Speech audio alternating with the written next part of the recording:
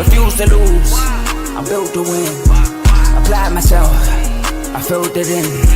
No time for the doubt, they counted me out, I'm getting it in. Yeah. No time for no loss, I'm paying the cost, I'm in it to win. Yeah. Refuse. Mine, it can't be diffused. If you ain't thinking the same, then we playing by different rules. You can't see the vision, we living at different views. Until we complete the mission, keep getting up, never snooze. I walked a mile in my shoes, had the mind of a fool, chasing diamonds and jewels. Trust me, I was confused. Started minding my business and used my mind as a tool. Ended up finding my purpose and found the time to get to it. They told me I couldn't do it, they told me I couldn't make it. They sold it, could never break it. That's sadly mistaken. I need a piece of the pie, I want it so bad I can taste it. They told me like Toby, keep on running toes, they gon' take them. Refuse to lose, built to win. Applied myself, I filled it in. No time for the doubt, they counted me out, I'm getting it in. Yeah. No time for no loss, I pay for the cost, I'm winning to win. Yeah. Refuse to lose, I'm built to win. Applied myself, I filled it in. No time for the doubt, they counted me out, I'm getting it in. Yeah. No time for no loss, I'm paying the cost, I'm in it to win. Yeah. Refuse.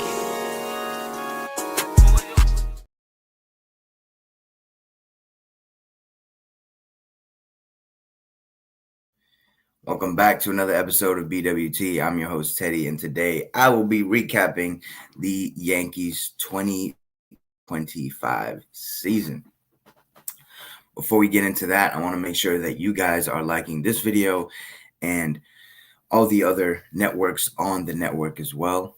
We've got shows that cover all types of sports. I'll give you a quick rundown of them. We got CTC, Call Talking College. Gives you everything you need to know about college basketball and college football. We got FFC, Fantasy Football with Coach Coombs. He gives you everything you need to know in the fantasy world.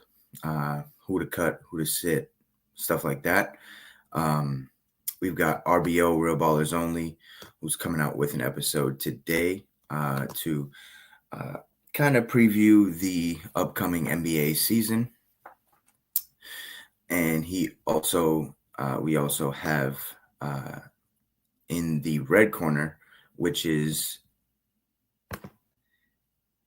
a boxing show. Covers everything you need to know in the boxing world. Any boxing fans, make sure you tune into that. Great show with Tomo, Ricky, and Ty. And we have Unfazed with Joe and AJ. That goes live every Tuesday, 9 p.m. Eastern Standard Time. Two of the best debaters in the Refuse to Lose community. Always going at it weekly. And then we have Dave's Doghouse, which is gives you the highlights and the lowlights of the sports week. And of course, last but not least, we've got the Refuse to Lose show, which goes live every Tuesday and Friday, 7 p.m. Eastern Standard Time. So make sure you tune in. All the links are in the description. You can subscribe. It's free, and you won't miss out on anything in the sports world. So make sure you guys tune in. Right. So we get to the Yankee season, right? Obviously, we lose in the ALDS to the Toronto Blue Jays in 4 games. Absolutely terrible way to go out. I want to talk about this series. First 2 games were absolutely a disgrace to Yankee baseball. Nothing short of that. They came out flat. Offense didn't look like they had a plan. And they were just going out there and just swinging the bat with just hopes of getting on base. There was no actual plan.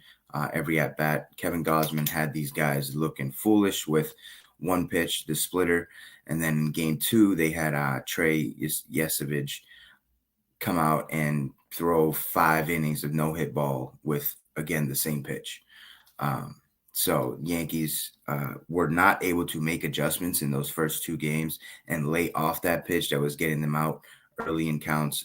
Game 1, we were very aggressive, trying not to get to that 2-strike count because we know Kevin Gausman is famous for getting strikeouts with that splitter, and he was able to do it. Yankees did not make an adjustment. Anybody in the lineup, nobody made an adjustment.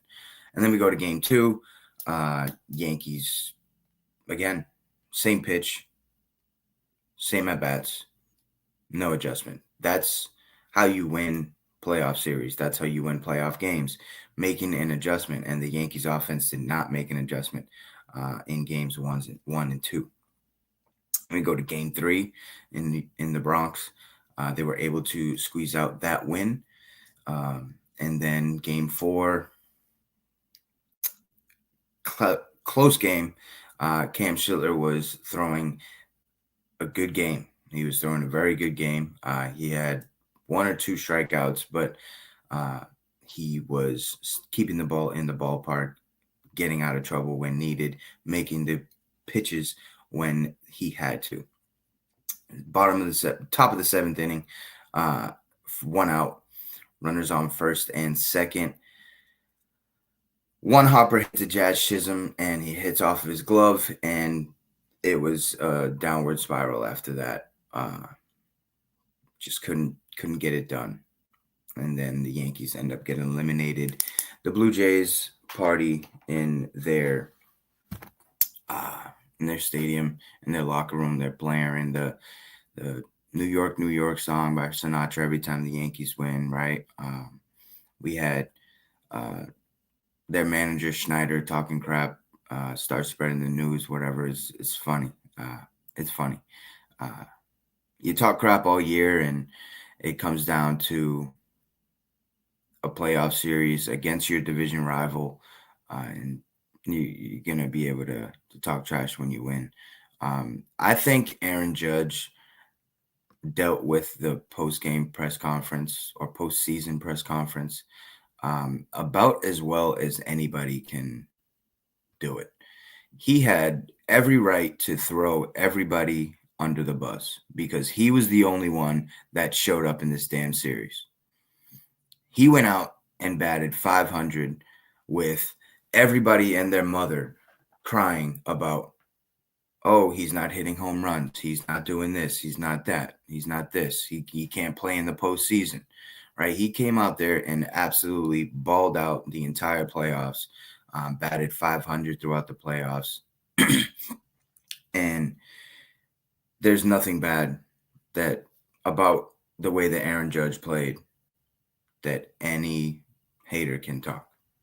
Like, there's nothing, absolutely nothing, right? But the rest of the Yankee lineup was absolutely abysmal. It was terrible.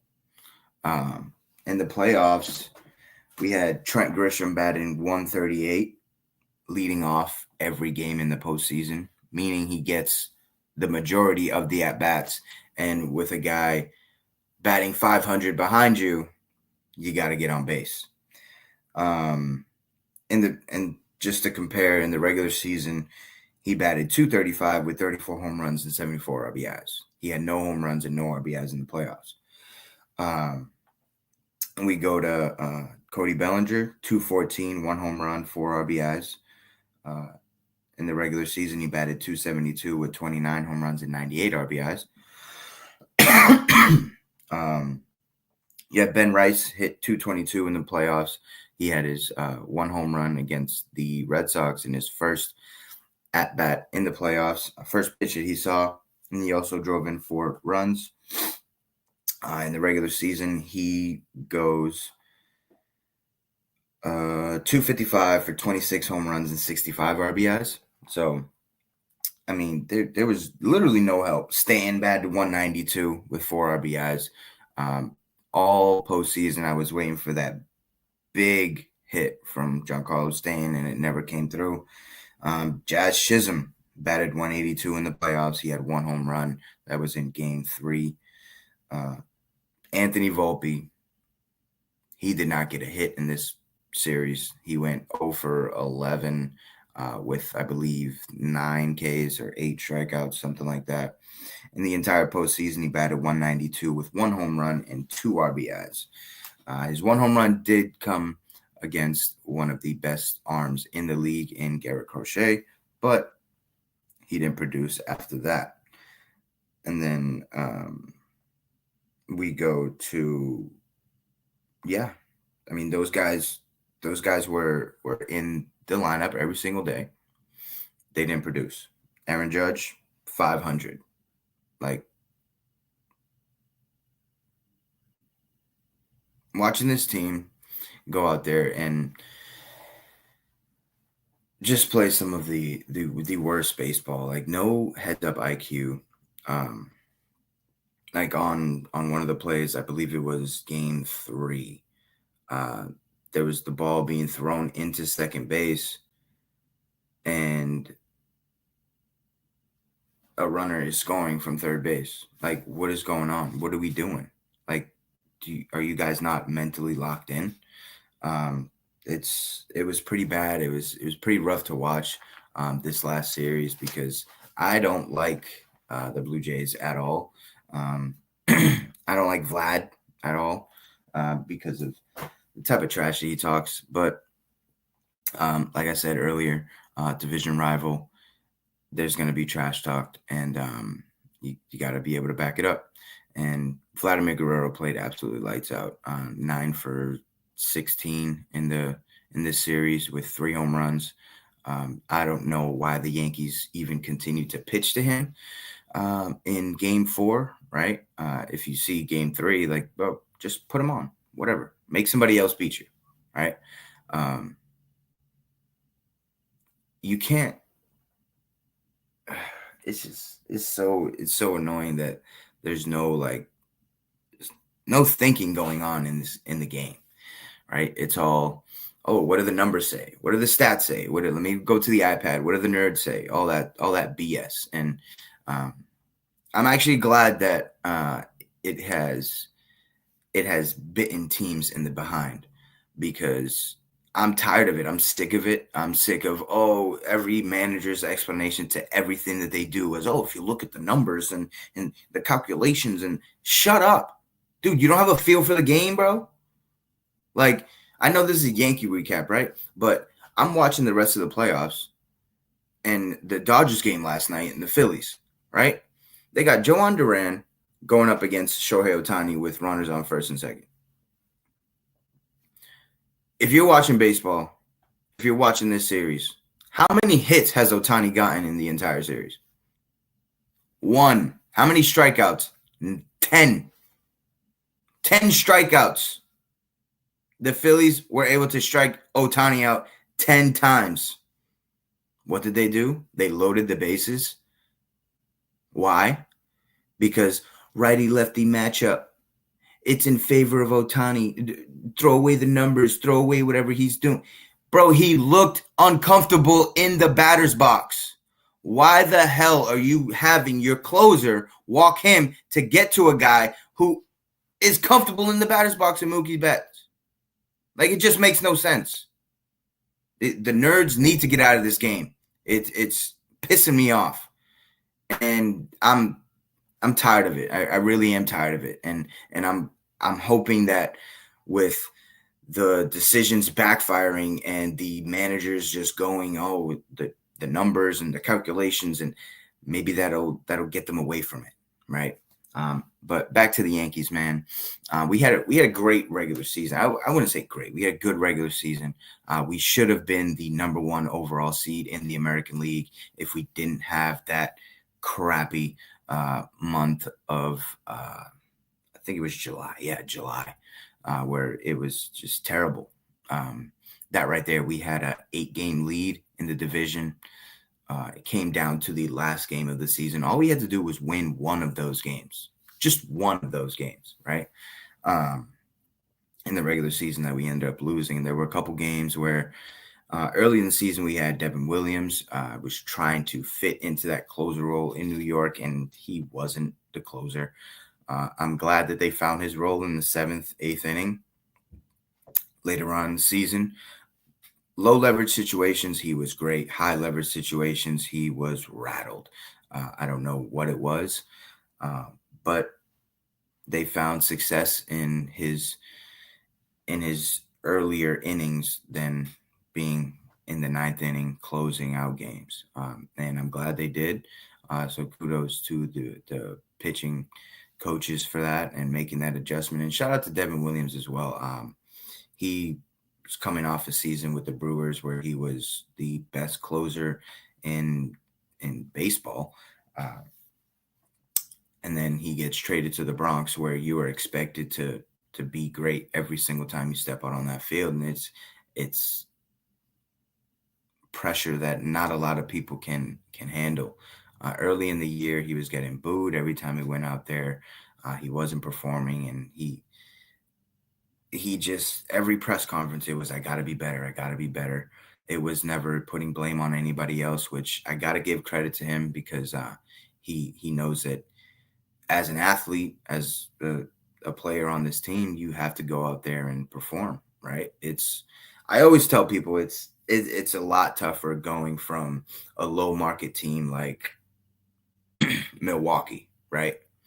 Milwaukee's good, but there's not really that pressure of, oh, you have to win a championship this year. You have to win your division. You have to go deep into the playoffs. You have to be lights out every time. There's not really that pressure, right? In the Bronx, every time it can be a Wednesday night in April. Wednesday night in April, and these people in the Bronx are expecting you to go out there and do your job, right? And they'll remember that one night in April, right? But they'll also remember that one night in October when you came out and executed and got the job done, right? So got to give credit to the Yankees for fighting back in this series. You can't win in the playoffs with having a over 8 ERA from your starting pitching. You just can't do it. There's no offense out there that is going to be able to make up for that many runs in that many games back to back in such a close series, such a tight series, right? You got first 2 games, the Blue Jays ended up scoring 10 plus runs. Like, Max Fried got lit up for the worst start of his career in game 2 of the ALDS.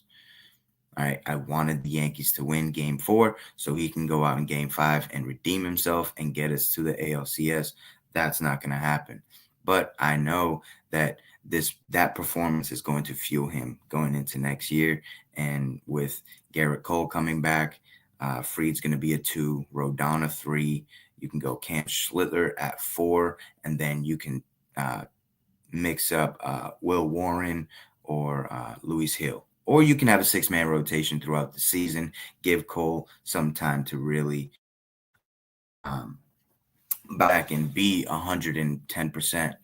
So that way in the playoffs, everyone is well rested, and we can go out there and dominate.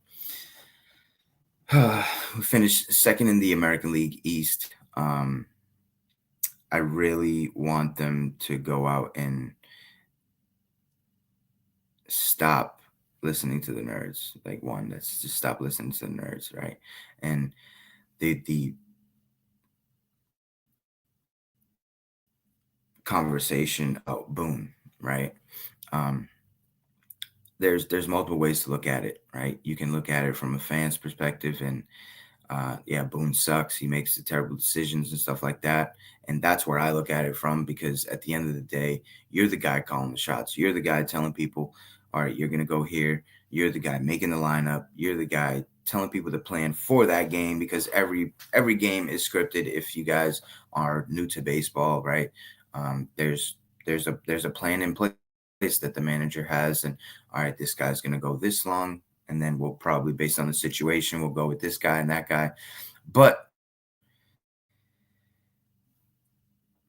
Boone wasn't making those decisions. It was the upper management. There were times where he would go and put in his lineup that he wanted that day, but the nerds suggested another lineup, and Aaron Boone, being the pushover that he is, just let them bring that lineup and basically them run the team.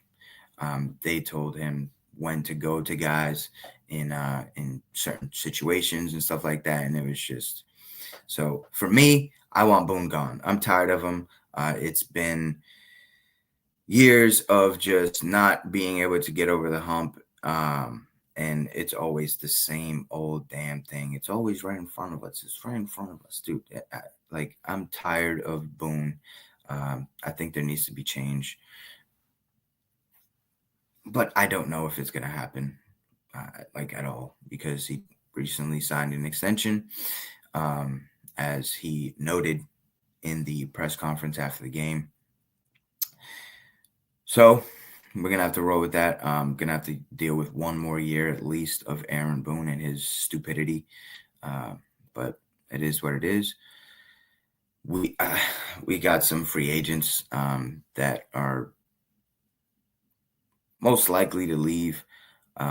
We got like Luke Weaver. He can go. He was terrible this season. Jonathan Loizaga, I want him to stay. He was very injured this year. It sucked. Every time he came back from the IL, he had like 2 or 3 appearances, and then he hurt himself again.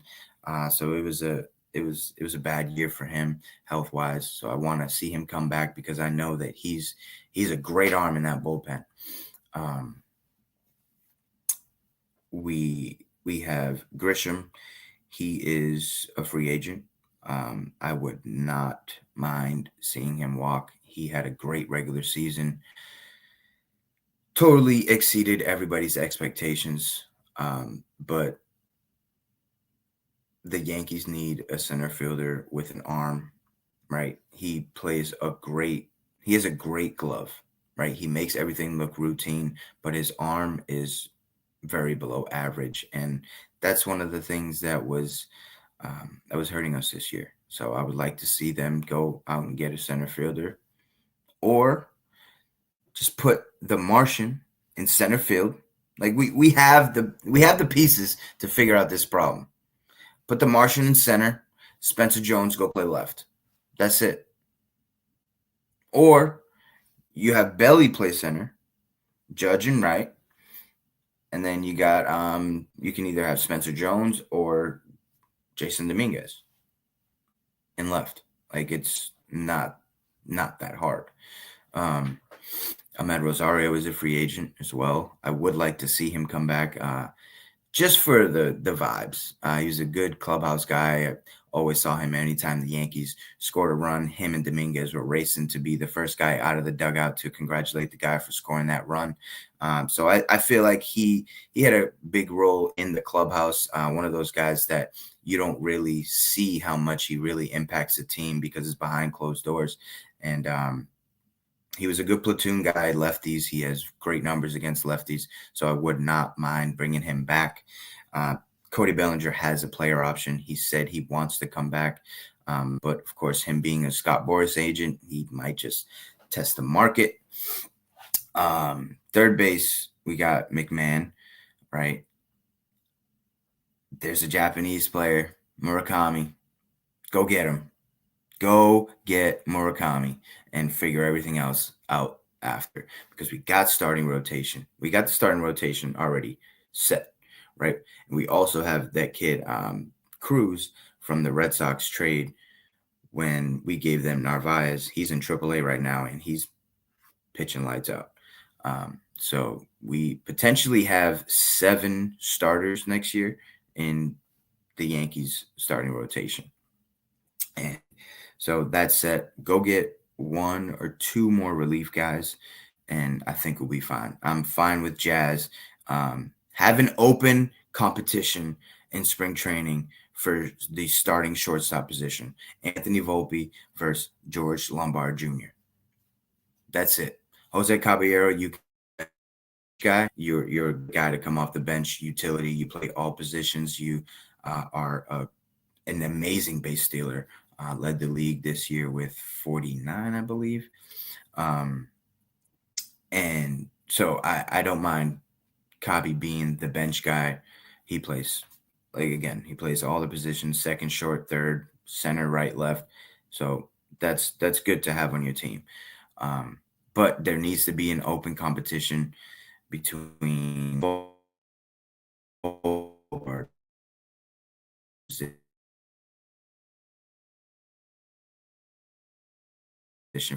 went through his ups this year, having to get a cortisone shot for his shoulder, and then he came back playing pretty well. He was on pace to continue his hot hitting of October last year in the wild card round versus the Red Sox, and then the Blue Jay series, he just couldn't hit water if he fell out of a boat. It was bad to watch, tough to watch. And there's a picture going on in his last at bat. He was on deck, and he was warming up with 3 bats. And the caption for the picture said maybe you should have used 3 bats. And in that at bat, he tried to bunt. He looked at a pitch and then he struck out. So what are you using 3 bats for? So, I mean, but yeah, man, that's if I have to give, I'm going to give them a grade this year. I would have to say a B. Yankees get a B this year.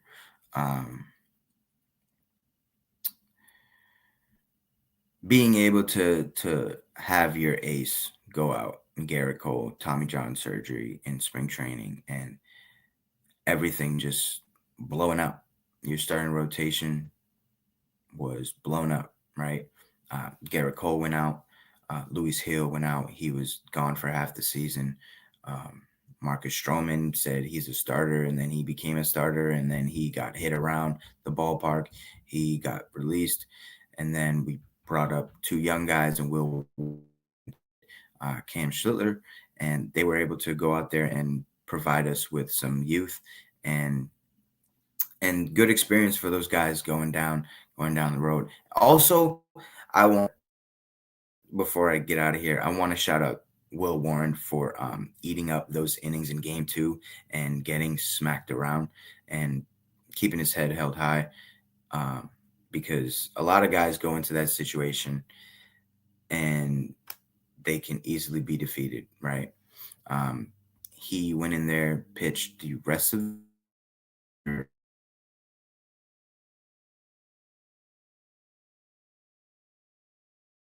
want to tip my cap to Will Warren for doing that.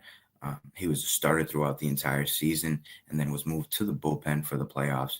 So again, I got to give a shout out to Will Warren for that. But yeah, that's what I think about the Yankee season. Make sure you guys are liking this video, sharing it with any Yankee fans that you may know. We're right now. I postponed this because I was a little bit in my feelings. I expected this team to go deep into October, and for them to go out the way that they did was extremely disappointing. But yet again, man, I'm gonna be a Yankee fan for life, so it comes with the territory, right? Can't wait for the day that they finally get over the hump and able to hoist up that World Series trophy, because I will be there. I'll be at the parade. I'll be at everything. So, and you guys will have a front row seat to it as well.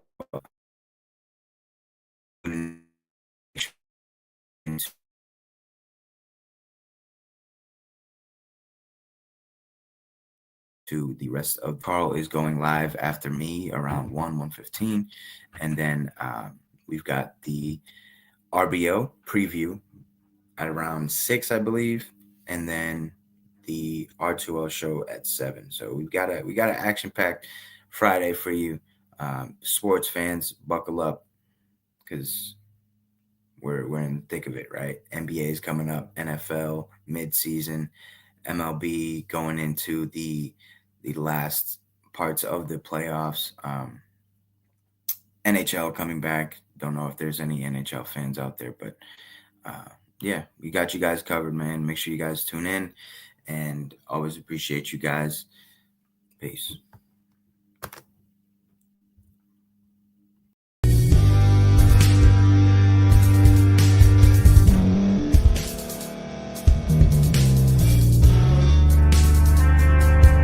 Thank you for staying to the end. If you're watching this on YouTube, please like this video, subscribe, and also hit that notification button so you can be notified next time we put out a video. If you're listening on any podcast platform, subscribe and hit that notification button, y'all, so you can be notified we put out another podcast audio.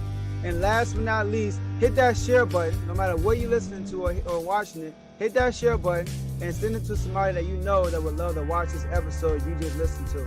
So once again, thank you for staying to the end, and we'll see y'all in the next episode.